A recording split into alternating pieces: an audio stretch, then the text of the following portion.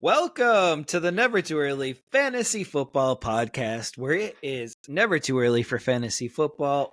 My name is Jeff. I'm Alex. As always, thank you for downloading, listening, liking, and commenting on our podcast videos. Please join our community by subscribing to us on the socials. Our handle on all platforms is at N2E Fantasy.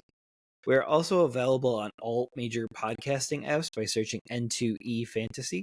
Alex, what do we have on today's show? On this episode of the Never Too Early Fantasy Football Podcast, we are going to cover the latest league transactions since our last podcast. So trades, claims, releases, signings, and notable practice squad signings, as well as releasing our final projected standings for the 2025 season. And on top of all of that, we're still going to break down our week 1 game slate for the NFL season. Yeah, let's get started.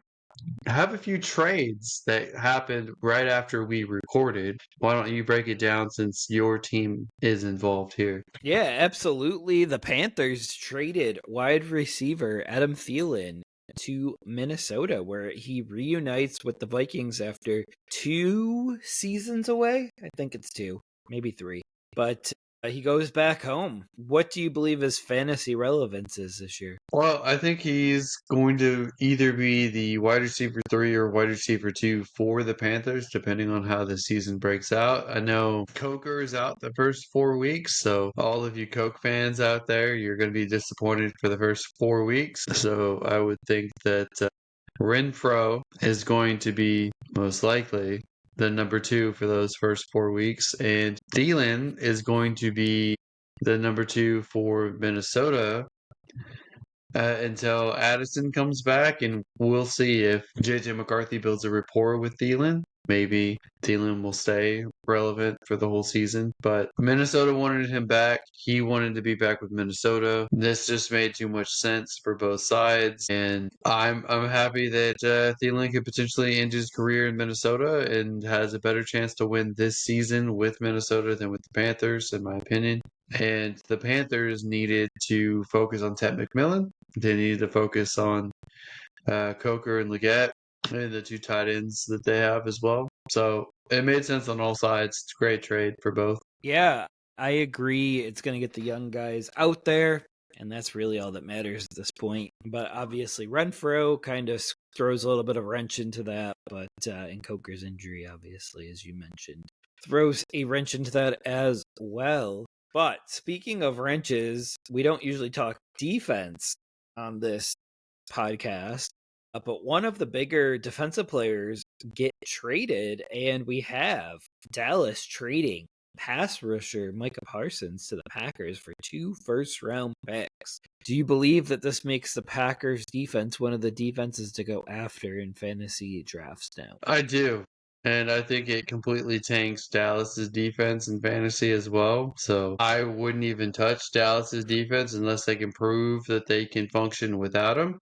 Without him last year, they ranked in the 30s as far as defensive efficiency. With him, they were a top 5 defense. So he is, although he's one person and one player, he makes a huge difference on teams. I know he's a little banged up now and he has to adjust to a new team, but I think for the course of the season, this makes the Packers a very attractive defense, even if you have to have potentially another defense for earlier on or bye week switch off with the Packers. But I think this makes the Packers borderline Super Bowl contenders. I think it makes them the favorites to possibly win the division in the NFC North. And if you buy into the Super Bowl logo colors, green and yellow are some of the colors in that logo, and red and blue are the other 2. So potentially it could be Packers Bills.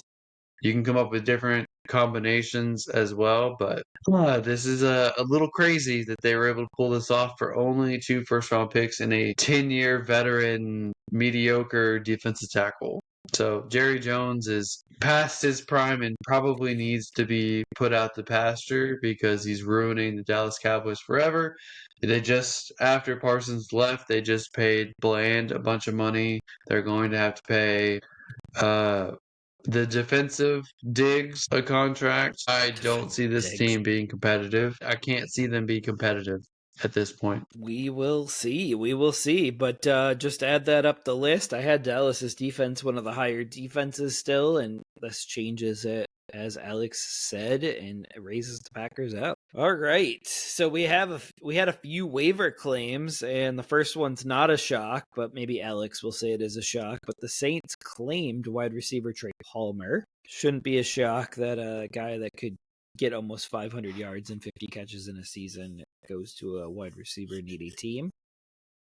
Still don't know why the Falcons weren't the ones to claim him, but That's off with the Falcons. They're not going to pick up a wide receiver no matter how much you think they need one. They're not going to do it. What if that kills Michael Penix? Like, what if that's the one thing that he needs to grow one more? Well, spoiler alert, I don't have a lot of wins for the Falcons, so I agree with you, but for whatever reason, they're not doing it. And the Patriots claimed your buddy, quarterback Tommy DeVito, assuming he's going to play the third string there. Probably. That makes sense. And then we have the Patriots cutting wide receiver Kendrick Bourne and Javon Baker. So that's two receivers that they kicked out of that room. Kendrick Bourne has been on a few visits, and Javon Baker, as we'll get to a little bit later, is signed with the Eagles practice squad. So Baker, a second-year guy, has already found a new home, and Kendrick Bourne is flirting with the 49ers as well as, I think, the Commanders. Yeah, 49ers makes a lot of sense since they're completely banged up. He's familiar with them. He has a better chance to start early on in the year.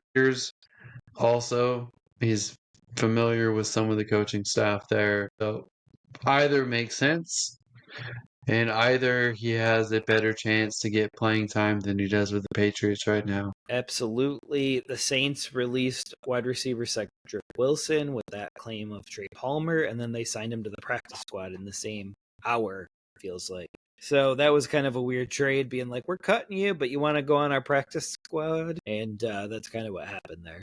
The 49ers did that with, what's his face? Russell Gage. They just did that with him too, yeah.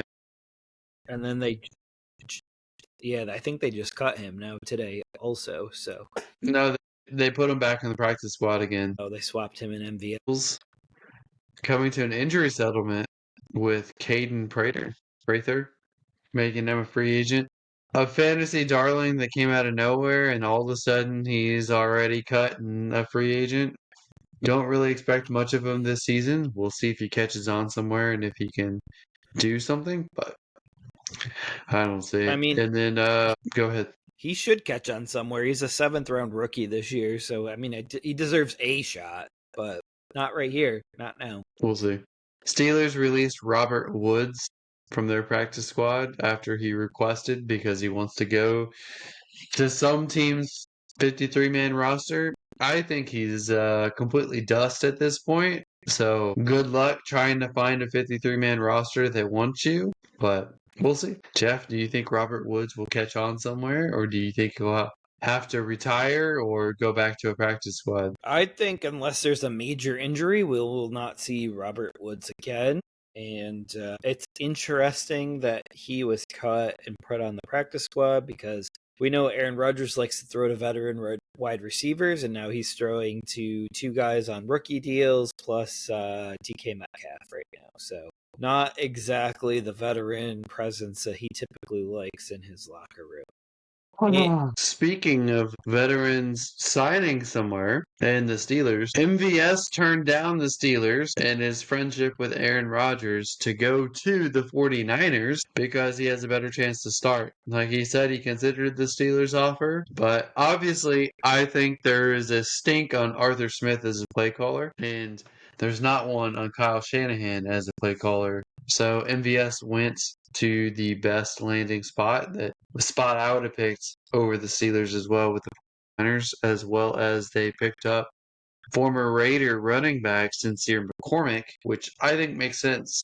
Both make sense for the 49ers who are banged up at both wide receiver and running back. Jeff, what do you make of those signings? I like them both for the 49ers. I don't see McCormick making the main roster anytime soon, but then I see MVS being a part-time player until Ayuk and the cavalry are back, and then he's probably back out on the street, would be my opinion there. All right. Wow. Did you see also that the Browns had released running back Pierre Strong from IR with an injury settlement, making him a free agent once he is healthy? So that's an interesting depth running back for somebody maybe down the stretch as injuries will start to pile up. And as you had mentioned, the Panthers did bring back wide receiver Hunter Renfrow. That'll be an interesting Adam Thielen one-to-one replacement. And did you see that Hunter Renfrow said his kids were watching Bluey? Well, he got the call from the Panthers to come back. So yeah, I was about to mention that. That's totally relatable. As his kids were watching Bluey on his phone and kept denying all the phone calls from his agent and from the Panthers, which hilarious, but totally relatable. Absolutely. Chargers sign running back Kamini Vidal.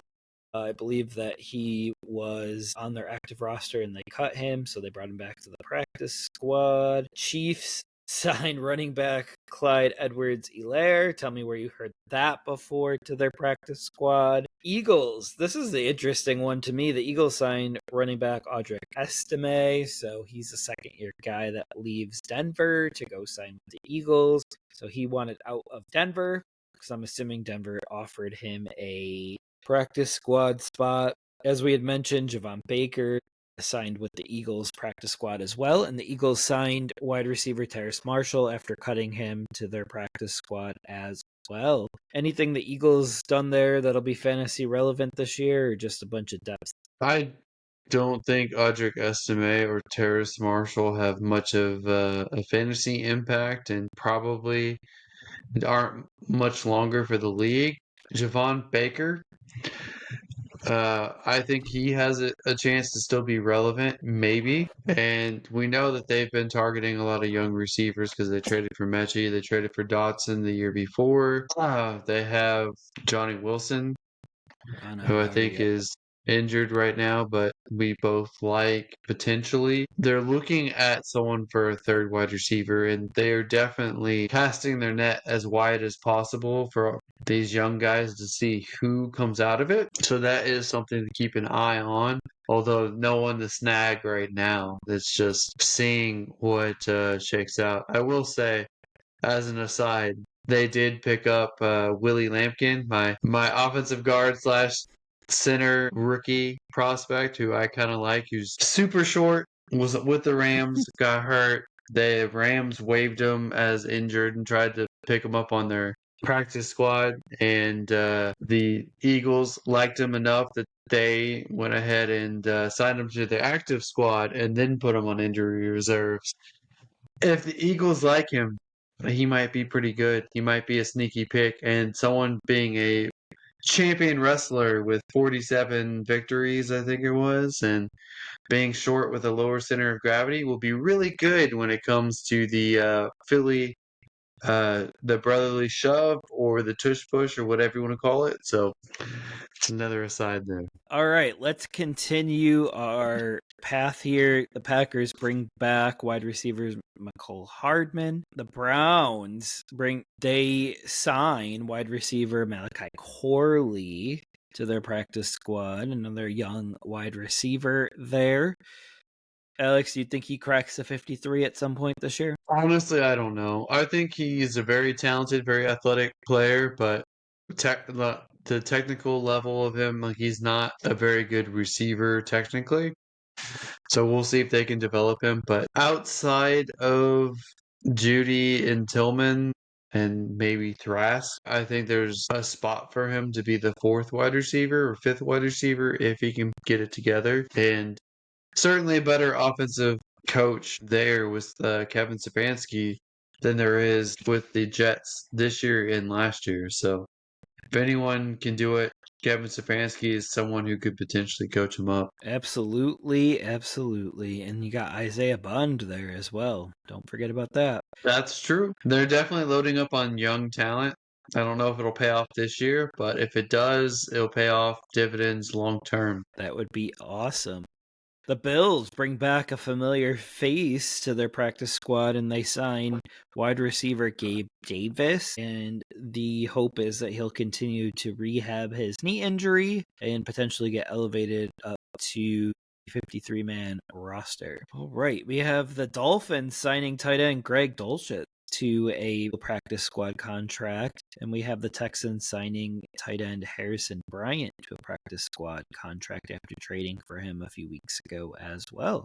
Either tight end or Gabe Davis, are they going to be fantasy relevant this year? I doubt it, but Dulcich is definitely better than Darren Waller. So he's already with the best tight end on that team. Let me go Harrison find Bryant. my eyes in the back of my head. Harrison Bryant is probably going to be active on game day, and they're probably going to make third quarterback Mertz inactive and call up Harrison Bryant. I don't know why the Texans. I don't know why the Texans are rolling with 3 active quarterbacks. It makes no sense to anybody in Houston why they're doing that, especially after extending Davis Mills for another season and making his contract basically a 2-year, $10 million guaranteed contract. So I don't know why Mertz isn't on the practice squad.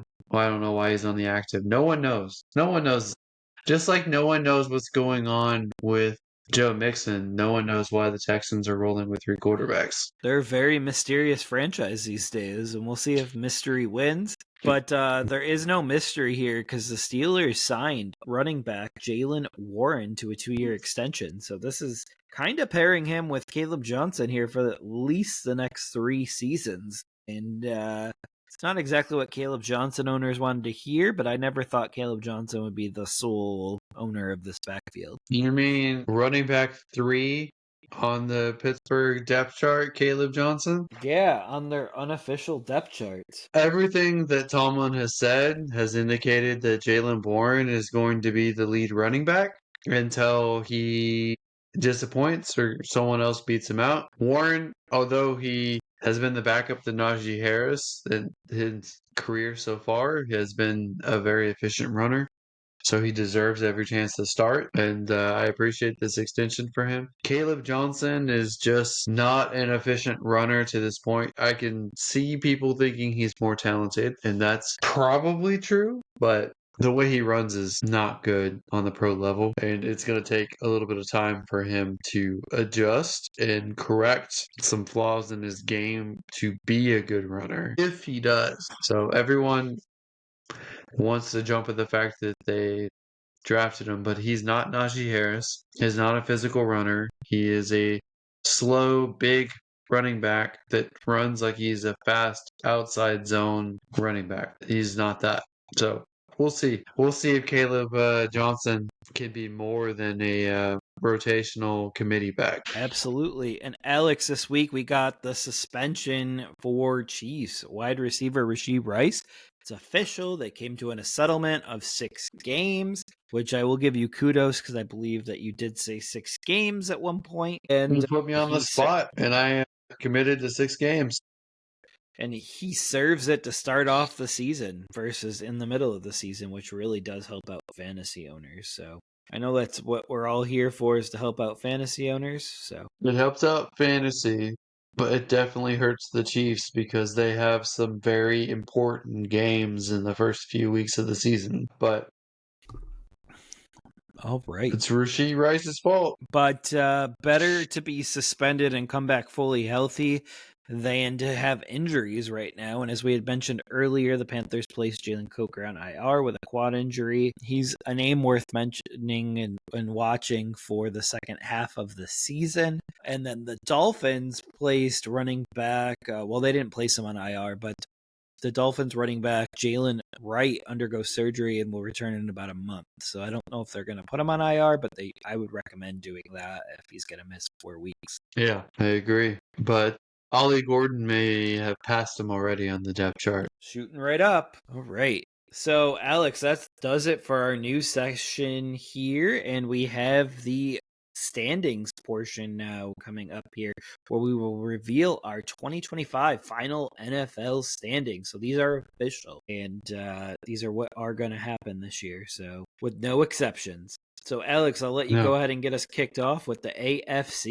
All right. I assume we're doing our normal division by division. Yes, sir. I guess starting from the bottom, do you think, or starting from the top? From the bottom's fine. Okay. All right. We'll start with the AFC East here, and at a 5-12 record, I have the Miami Dolphins as the bottom of the AFC East. I hate this team. I think they lack toughness. I think they have no chance to potentially make the playoffs. And a year or 2 years ago, everyone thought they'd be at least a 10-win team every season. But Tyreek Hill cannot stay healthy. He quits on the team. I have questions about his motives and his health at this point in his career. Mike McDaniel is a soft coach that, he likes passing plays. He likes big, explosive plays, but he can't get the meat and vegetables each week. They struggle in cold games. Tua is a hit away from being a vegetable for the entire season. I hate everything about how this team is constructed. I can't see them being any good this year. And I think McDaniel should probably get fired this year, especially if they end up 5-12. Next, I have the New York Jets, or as Jeff likes to call them, the Jersey Jets, at 7-10. I think this team is a ways from competing, although I think there should be some stability with the coaching change here. So 7-10, considering Justin Fields is your starting quarterback, and having a solid defense gets you to this point. The Patriots, for me, were a little bit of a surprise, but the way that their schedule shakes out, I have them going 10-7 per second in the division. I've tried to find a little bit of wiggle room here to make it like 9-8 because I think that should be where they're at, but their schedule is too good to be true. And lastly, I have the Buffalo Bills at 14-3. I could see them going anywhere from 12-5 to 14-3 is probably the range for them, maybe 5-2 at most. All right, next I have the AFC North. Starting from the bottom, I have the Cleveland Browns at 2-15, and they are the worst team in the entire league record-wise, and that's mostly schedule-wise because they are better than some teams that managed a better record than them, but they have a worse schedule. I think their quarterback situation is pretty terrible. And at the end of the year, it's rough for any rookie quarterback to take over. Next, I have the Pittsburgh Steelers with a 9-8 record. Tomlin still managing a winning record despite having a still mediocre team. The Cincinnati Bengals get off to a better start this year and make the playoffs with a 5 record, and the Baltimore Ravens tie with the Buffalo Bills as the best record in the AFC with a 14. Now, I guess I'll just move straight to the AFC South. And we have a tie for last place between the Tennessee Titans and the Indianapolis Colts with a 4-13 record. I just can't find more wins for these two teams. Tennessee is a well-rounded team, but just bad overall. Roster-wise, they lack star power. I do like Cam Ward for the long term. He just doesn't have much to work with offensive line, with defense, and with running back. Wide receiver could add another guy there too. So I think they have a better future, but this year's going to kind of stink for them. Indianapolis, the opposite problem. They have a relatively good roster with a horrendous quarterback situation. Very hard to see more wins. Maybe I could see them 6-11. That's kind of the height where I could see them at this point. Next, I have the Jacksonville Jaguars at a 7-10 record. I could see them 8-9, maybe 9-8, but 7-10 is how I had their season shake out. And first in the division, based off of how ridiculously easy their schedule looks this year, is the Houston Texans with an 11-6 record, probably in for a week 1 wild card loss, but still, somersaulting their way into the playoffs the way that the season broke out. Now, the AFC West, I have the Las Vegas Raiders last in the division with a 7-10 record. I think it's going to take a little bit more work to break out in this division, but I do like Pete Carroll. I do like the Chip Kelly and the coaching staff here to potentially start putting something together. Next, I have the Los Angeles Chargers at an 11-6 record. I think they're probably more towards a 10-7 record, but the way that their schedule worked out, they got 11 wins. Same with the Denver Broncos, 11-6 record. Honestly, I could see them getting 9-8, 10-7 as well. We'll see how it shakes out, but they got some very favorable home field advantage games. So they're beating some people I think that they would lose to if they were away. And somehow the Kansas City Chiefs ended up first despite not having Rashee Rice for the first 6 weeks. So they end up with a 12-5 record in this division. Wow, Alex. So you dropped the Bills 2 games since May. You gave the Patriots 3 more wins since May. Dropped the Dolphins 2 games since May. And it does look like the rest of the teams, except for the Chargers, which you raised them 2 wins since May, are all within 1 game of where you had them earlier this year. So I see you went from 16 wins of the Bills to 14. Yeah. I don't think the Bills did enough at wide receiver or on defense to get the 16 wins. They're still adding. They just added Gabe Davis. Yeah, that's not the caliber that I would want for them. It will be in the playoffs. 4 touchdowns against the Chiefs that one game. Like, let's go. Playoff Gabe. No, I totally hear you on this. No, and I do track where we had them before and where we have them now. So great to see where we shake out. I'm assuming that we're going to end up somewhere where our average is, and we will see. But for me, for the AFC, I do have the Jets in last place with a 5-12. I have the Patriots in third place with a 7-10 record. I have the Dolphins in second place with an 8-9 record. I think that's one of our biggest discrepancies this year, so we're going to have to see what the Dolphins do this year. I truly believe they'll regain form now that Tua is fully healthy, but and Tyreek's supposedly fully healthy, so we'll see what happens with the team this year. And then the Bills, I have them at a 15-2 record. The only 2 losses that I could see for the Bills, or find for the Bills, was a Week 12 loss at Houston and a Philly loss at home Week 17. It's interesting. I gave them the win at Houston, but I gave them the loss. No, I gave them the win at Baltimore. So let's see. Where did I give them? I gave them a loss at Pittsburgh. Okay. I gave them a loss at Philly. And I also gave them a loss at Cleveland as a trap game because it was in between at New England and against Philadelphia. Yeah. So it's literally only a trap game, and they're away for that one too. Absolutely. At least that's pretty close, though, to Buffalo. I think that's only like a 4-hour car ride. But like New England's going to be better. Philadelphia is the reigning champions. They're not going to really pay that much attention to Cleveland. Otherwise, they would win. Nope.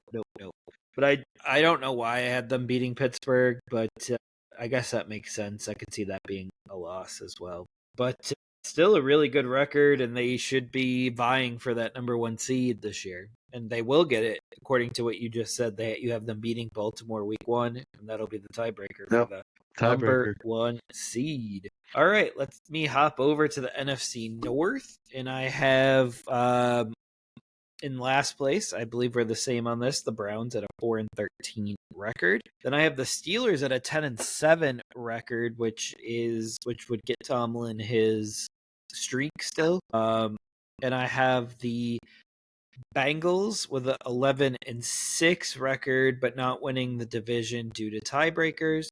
And I have the Ravens at 11-6, and they will win the division with all the tiebreakers. But I do see the Ravens having a tough end of the schedule at Green Bay, at Pittsburgh.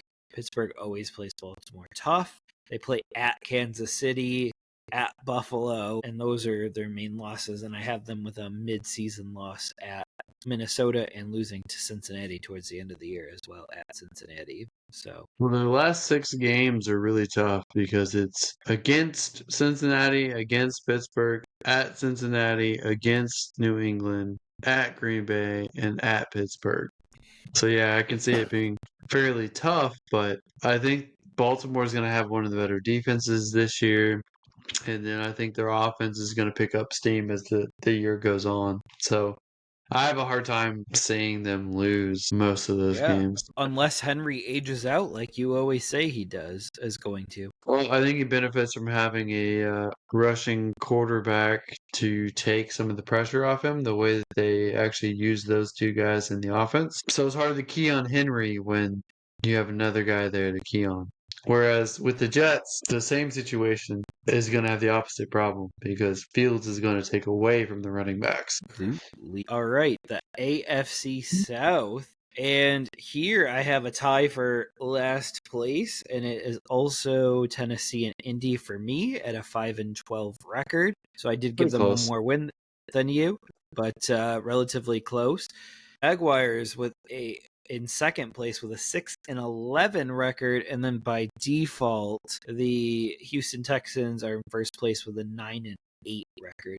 Texans have a surprisingly tough schedule in the middle of the season where they go to Seattle on a Monday night. They go to Baltimore. They have at Tennessee, home against Buffalo right after. That could be a potential trap game. Plus, we don't even know what Cam Ward is because that's been the most quiet rookie quarterback, first overall pick of my entire adulthood. So really interesting with how little fanfare that he's getting. I'm really surprised, Jeff, that you have the Jaguars lower than I do because I thought for sure you'd give them like 9 wins. Their schedule doesn't dictate it. I don't see them on Monday night beating the Chiefs. I don't see them winning at San Fran. Yeah, it's pretty tough.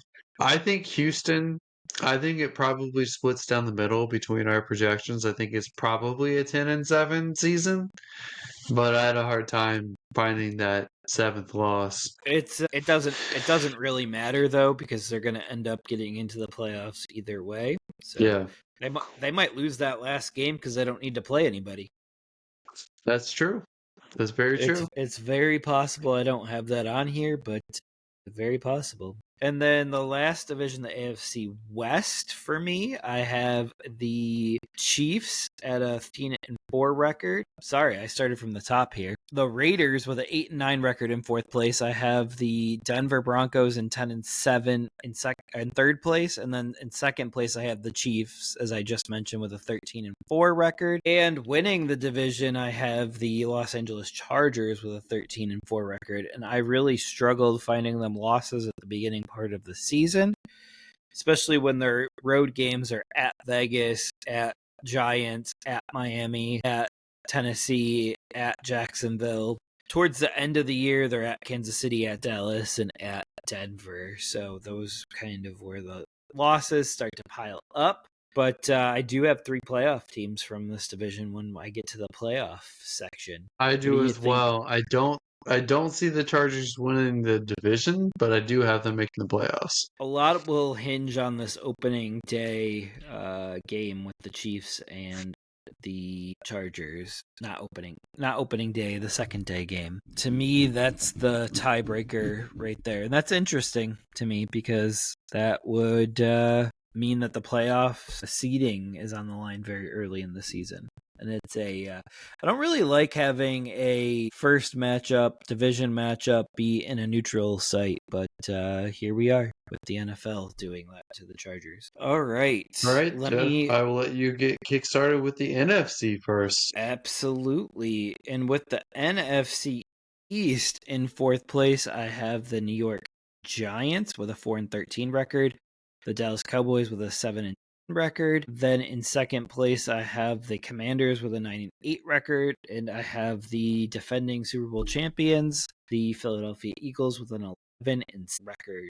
Do you think repeating is really hard? I think it's a lot of stress on bodies to play 4 extra football games towards the end of the year. So they may regress to begin the year, but they will catch fire as the season goes on, in my opinion. All right. Any questions there, Alex? Circle back around when it's my turn to go. Right. And then we have the NFC North, and we have, surprisingly, the Vikings in last place for me, and they are at a 6-11 record. The Bears in third place with a 7-10 record. The Lions in second place with an 8-9 record, and the Packers walking away with this division with a 12-5 record. So I know that probably some of those records leave a bad taste in your mouth because they are good football teams, but a lot of transition with the other 3 teams. And the Packers, all they did was add a first-round receiver and trade 2 first-round picks for one of the best pass rushers in the league. So they added to what they were already doing. They're not replacing coaches, getting a new coach, or getting a new quarterbacks. They're the most Well, their stable. quarterback is healthy this time, so that's a big change. They're the only stable team in the division, though, if you look at it. And stability sometimes wins. And we're going to have some differences with this one for sure. In the North? Yep. All right, let's go to the South then. And in the South, in fourth place, we have the New Orleans Saints with a 5-12 record, which I believe that we'll both agree that they'll be in fourth place. In third place, I have the Atlanta Falcons with an 8-9 record. In second place, I have the Carolina Panthers with a 9-8 record. And in first place, I have the Tampa Bay Buccaneers also with a 9-8 record. I believe they regress a little bit this year. They have some transition at wide receiver early in the season, at the very least. They have a transition at offensive coordinator for the second time in 2 years. And they also have some offensive line question marks. So that's kind of why they got a little bit lower of a record there. We'll hop over to the NFC West. And in fourth place, I have the Arizona Cardinals with a 7-10 record. Tied for second and third, I have the Los Angeles Rams and the Seattle Seahawks with a 9-8 record. And I finally come around on the San Francisco 49ers schedule. Not their team, the schedule, because they have the easiest cupcake schedule of them all, and they go 12-5, the same as the Packers in the North. Alex, anything you'd like to break down on that? Not yet. All right. Let's hear yours then. All right, let's start with the NFC East. In fourth, I have the Giants with a 4-13 record.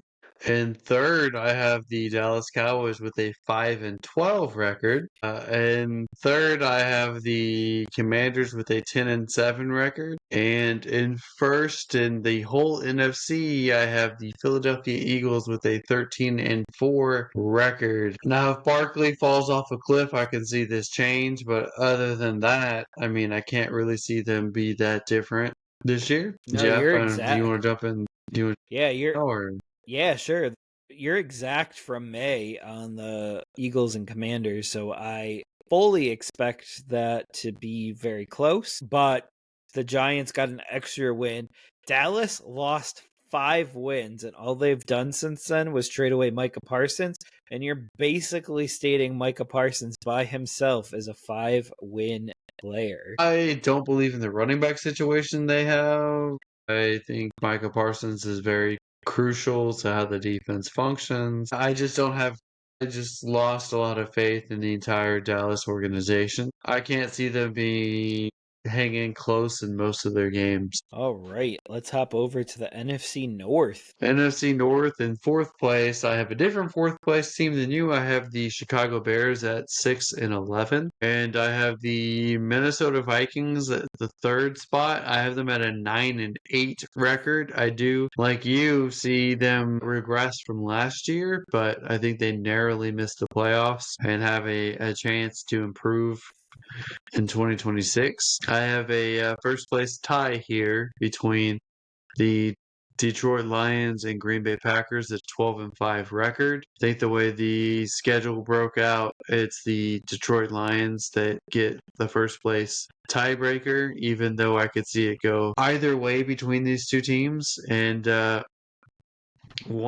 Detroit Lions have a better strength of schedule, but the Green Bay Packers I have at a 5-1 division record. So I think actually Green Bay would take first place. I think. Is that the tiebreaker? That's the first tiebreaker, and they play for the last time early this year. They play for the last time in week 13 in Detroit. I think this would make Green Bay actually the first place team. So I do have the same record for them that you do. A little bit higher than you on Detroit, but it's still a downgrade over what they were last year, no matter how you look at it. So, from your first set of standings, you rose Detroit up 3 games. So that's interesting. They didn't really make any moves since May, and they got a 3-game bump. The Packers got a 2-game bump, but they added a 5-game player that we just talked about. Minnesota got a 2-game jump, and the Bears got a 2-game decrease. So you must not like what you're seeing with the Bears this year. Yeah, I think they're work in progress, but I think that they have a potential high future. Detroit, I don't think is going to be as bad as I thought they were. Green Bay, I still have some issues with the team, but overall, I'm going to give them more wins. All right, NFC South. All right, you're going to hate this, but I pretty much hate 3 of the teams in this division. New Orleans Saints are number 4 in this division with a 3-14 record. The Carolina Panthers and Atlanta Falcons are both 4-13. It's hard for me to find any wins for them. And it seems like it's at the cost of the other, if that's the case. I have the division actual games pretty split, but outside the division, I have a hard time finding wins for any of these teams. And then number 1 is the Tampa Bay Buccaneers with an 11-6 record. All right. You're really high on the Tampa Bay Buccaneers this year. I mean, they are the best team in that division by a long shot. All right. The NFC West, sir. This is one of the tougher divisions this year, and I have in 4th place the Arizona Cardinals with an 8-9 record. I have in 3rd place here the Seattle Seahawks with a 9-8 record, and then I have the Los Angeles Rams and the San Francisco 49ers tied for an 11-6 record. Both 3-3 in the division, and the first place nod goes to the Rams with a tougher schedule. Wow, wow, wow. All right, do you want to run down all your playoff teams for us? All right. So, first place in the AFC, I have the Buffalo Bills winning their division and having the best record. Baltimore is right behind them at number 2. Kansas City is the 3rd division winner. Houston's the 4th division winner. Cincy is the number 1 wild card. Denver's the number 2 wild card, with Los Angeles being the number 3 wild card winner. In the NFC, I have the Philadelphia Eagles number 1, the Green Bay Packers number 2, the Tampa Bay Buccaneers number 3, the Rams number 4, Detroit Lions being the number 1 wild card, the Niners being the number 2 wild card, and the Washington Commanders as the number 3 wild card. So that's my 14 teams. Yeah, we're very close because in the AFC, I have the Bills in the 1 seed. I have the Chargers in the 2 seed, Ravens in the 3, Texans in the 4. Wild cards, so 5 through 6, I have the Chiefs, the Bengals, and the Broncos. So I believe we are 7 for 7 in the AFC playoff teams. What you would concur as well? Bills, Chargers, Ravens, Bengals, Chiefs, Broncos, Texans. Yep. So we're 7 So for we 7. have this. So the same, and then your NFC. NFC, I think we're gonna have 1 or 2 differences, maybe 1. Well, I have the Packers as the 1 seed, the Niners as the 2 seed. I have the Eagles as the 3, the Buccaneers as the 4, the Commanders as the 5, the Rams as the 6, and the Carolina Panthers as the 7th seed. Is interesting because I thought you were low on the 49ers, but you have them the number 2 seed. And the other thing is, how do you have the Panthers even making the playoffs? I mean, did you not see the end of last season? And their schedule is not a world beater this year. Like It's not, and they certainly have a chance to get more than the 4 wins than I project them to, but I don't see how they make the playoffs. I just can't see it. I think so. What it came down to for me, because they tied with the Seahawks for that last spot, the 7th seed. And what it comes down to me is that week 17 matchup where Seattle travels to Carolina, and that's where Carolina won that 7th seed. So very easily the Seahawks could be the 7th seed if they flip that game. So we only have one different playoff team altogether. I have Washington, and you have Carolina. No, you have Detroit, and I have Carolina. Both the same Dude, how colors, do you too. not have Detroit making the playoff? That's crazy. They're 8 and 9. I have Minnesota getting close, Seattle getting close, which you mentioned you have Seattle tied with them. So Arizona I have over the Panthers, the Bears I have over the Panthers.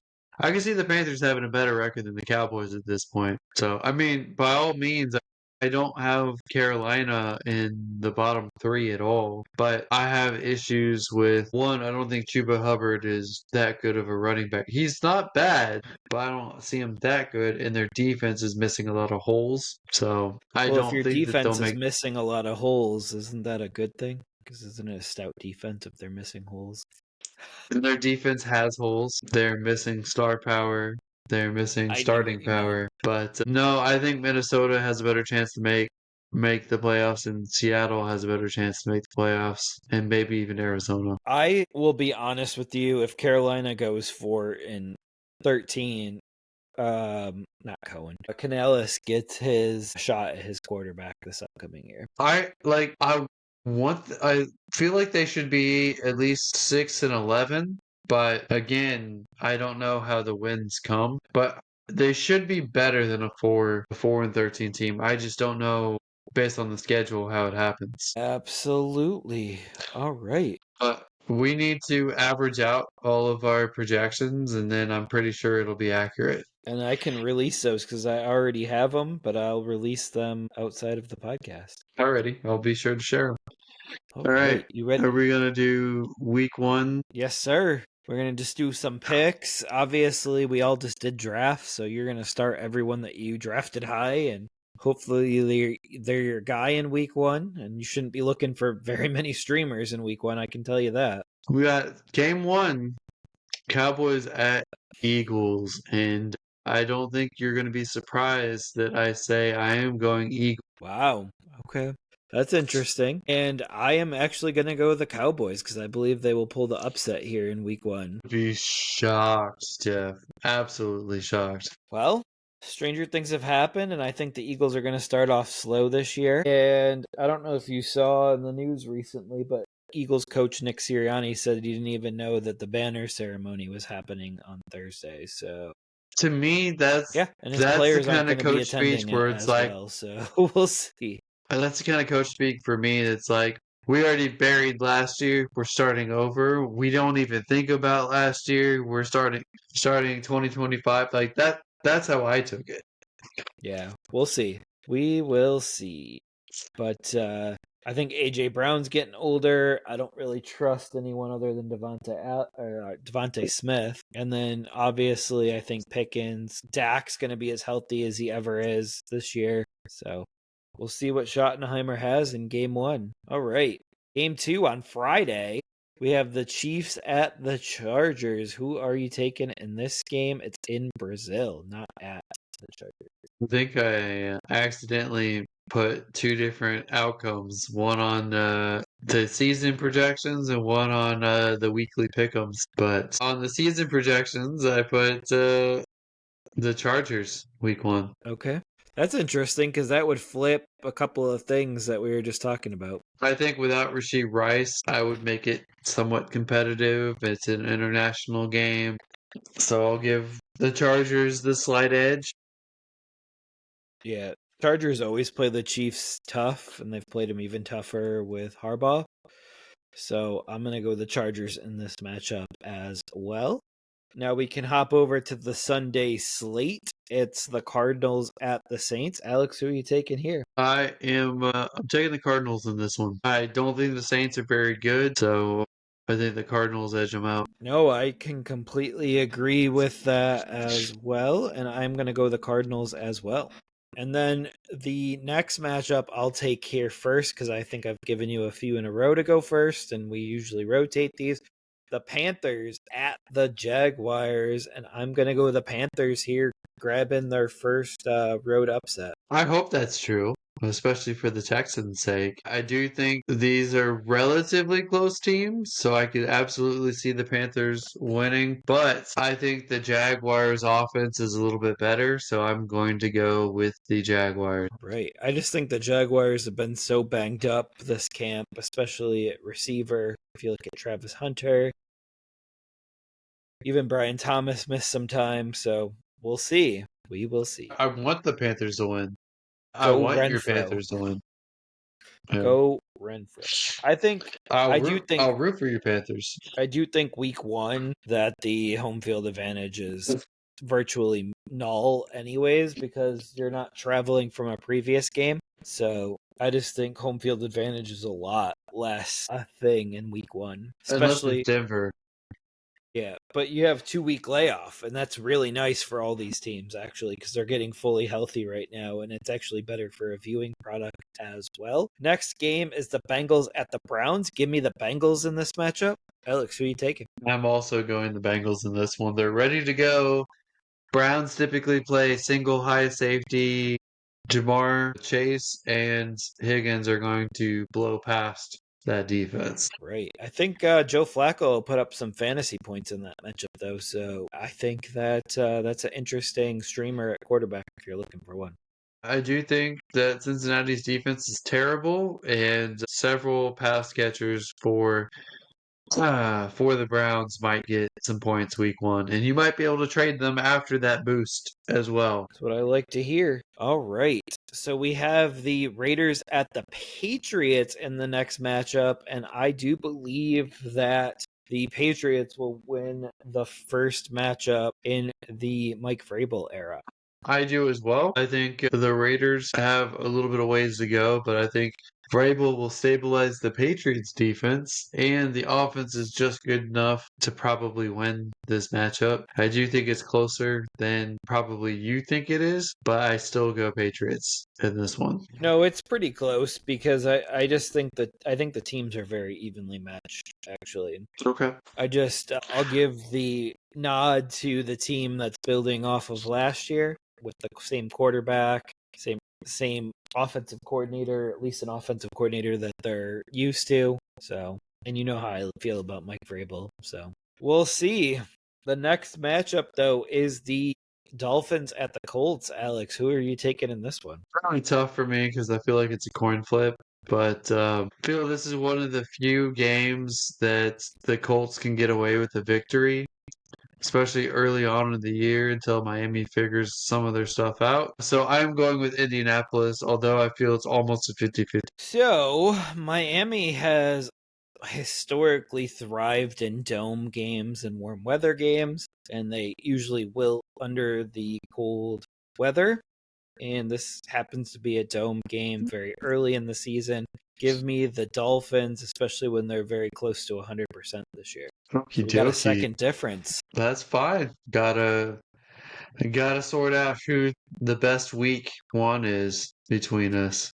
All right, we have the Giants at Commanders. Jeff, who are you taking in this one? In this matchup, I will be going with the Commanders. I do believe the Commanders do regress a little bit this year. They had a lot of things go their way last season, so I do believe they will regress a little bit, but not enough to lose to the Giants in week 1. Though Russ does make the Giants a little more competitive, and then you have Jackson Dart as the quarterback too. I concur on all points. I'm also going Commanders. I also expect them to regress a little bit. especially with how many primetime games they have or solo games they have. I expect the Giants to get better as the season goes on and when they switch to Jackson Dart, but who knows when that's going to be at this point. So I will also give the edge to the Commanders. Jeff, we've got an ugly game coming up with the Steelers at Jets, and this is another one of those toss-up games. There's at least one or two more, in my opinion. But we have Aaron Rodgers and Justin Fields swapping teams and playing each other. Who do you have in this matchup? In this matchup, man, I believe that Aaron Rodgers is still a much better quarterback than Justin Fields. And for that reason, I am going to go the Pittsburgh Steelers. And just to show you how much I like the Pittsburgh Steelers in a survivor pool, I am going to be going the Pittsburgh Steelers in week 1. I think it's a toss-up. So I'm going to go the New York Jets. You always like to go against my lock it up. Well, I just despise Arthur Smith. If it was a different offensive coordinator, I would say the Pittsburgh would blow the Jets out of the water, but Arthur Smith is terrible. And Jets still have a good defense. They have a good running situation. They can make it competitive, and it's at the Jet Stadium. So Rutherford, New Jersey, wherever it is.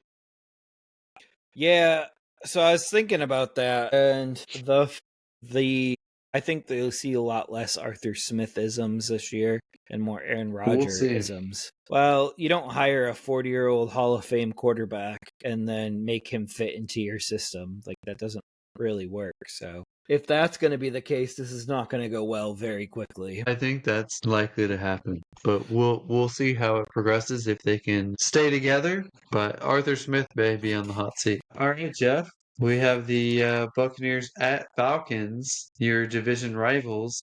Who do you have between these two? So this is a tough early season matchup. The Buccaneers aren't nearly as healthy as we would like them at this point. They are down their backup running back in White. They're down Godwin. They're down McMillan. So they're forced to start rookie Ibuka plus Evans. But I have to stay true to my picks early on, and I'm going to go the Falcons in this matchup. Wow. You're also forgetting they're starting to tackle Wirfs as well. But yeah, so I think the Falcons are so terrible until proven otherwise. I'm still going the Buccaneers, regardless. Okay. I don't think that they were terrible under Penix last year.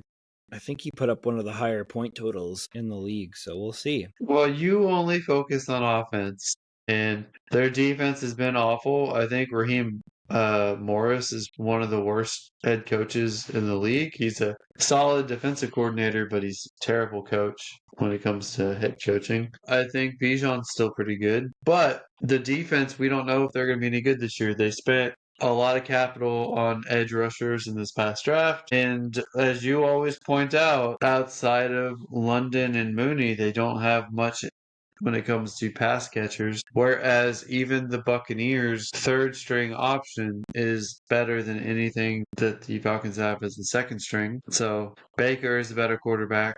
Between Baker and Penix, there's not really much home field advantage in Atlanta in that dome. So I'll go opposite of you, and I am going the Buccaneers. All right, we got the 49ers at the Seahawks. Alex, who are you taking in this one? I am taking the 49ers in this matchup. I could see it go either way with how banged up the 49ers are. So I could easily see it be Seahawks week 1 and then goes the other way later on. But I'm not ready for the Seahawks to be super good right out the gate.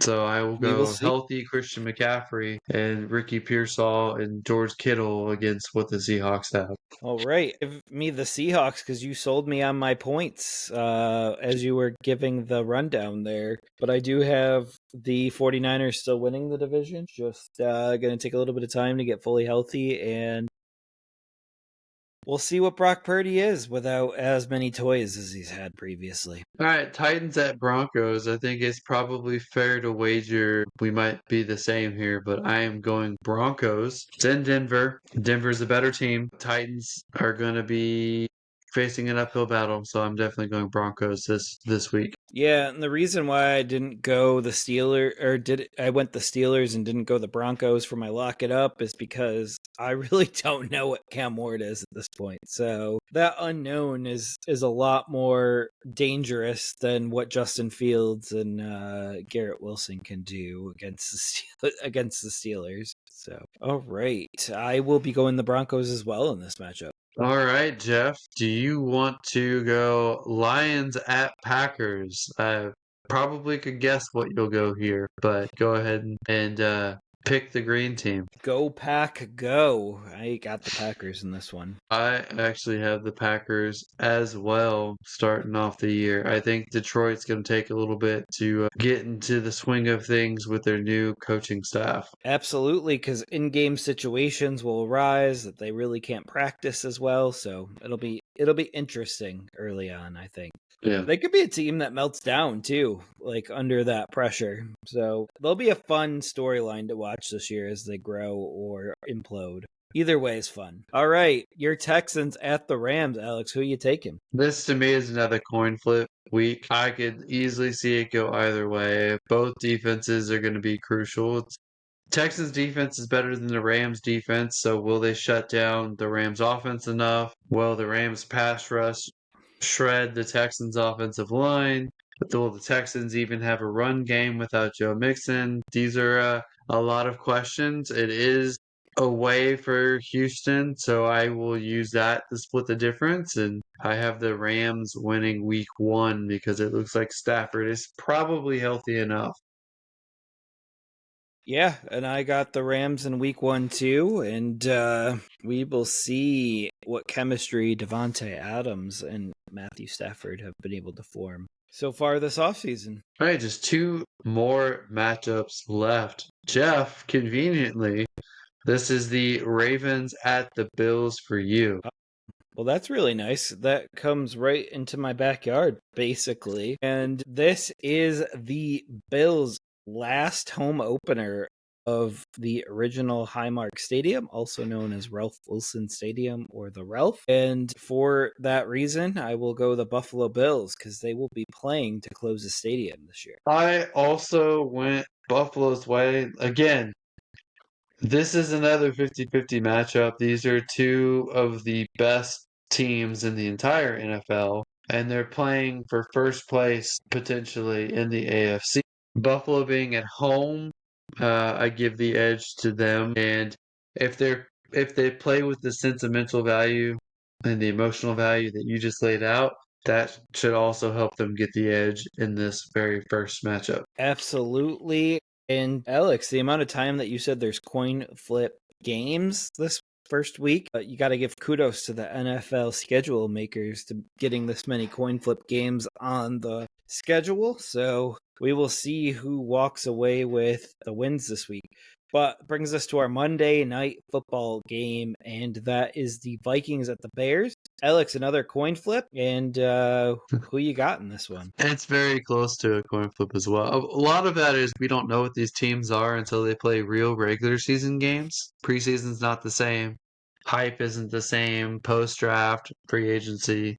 We don't know until they hit the field. So that's part of it. But I do have Minnesota losing to the Bears week 1 because I do think the Bears have enough momentum to get an early victory and then probably crater as the season goes on.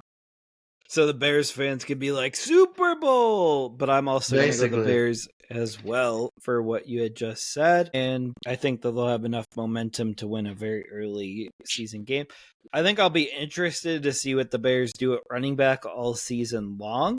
I think that, to your point, I think they do give Swift the first crack at it. But if he's not what Ben Johnson's looking for, and we know Ben Johnson also isn't afraid to run 2-back systems, so it'll be interesting to see how that shakes out. Yeah, I can't wait for Thursday night. I will have everything tuned up, ready to watch. But that does it for this episode of the Never Too Early Fantasy Football Podcast. Thank you all for downloading and listening to this podcast episode. And please don't forget to like and subscribe. Please leave us a comment and share the show. Every little bit helps.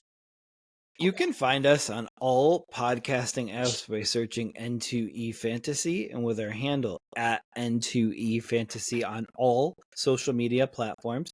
Please join our community and give us a follow. Until next time, take care of yourselves and remember, it's truly never too early for fantasy football. Thank you again. Hi, everybody.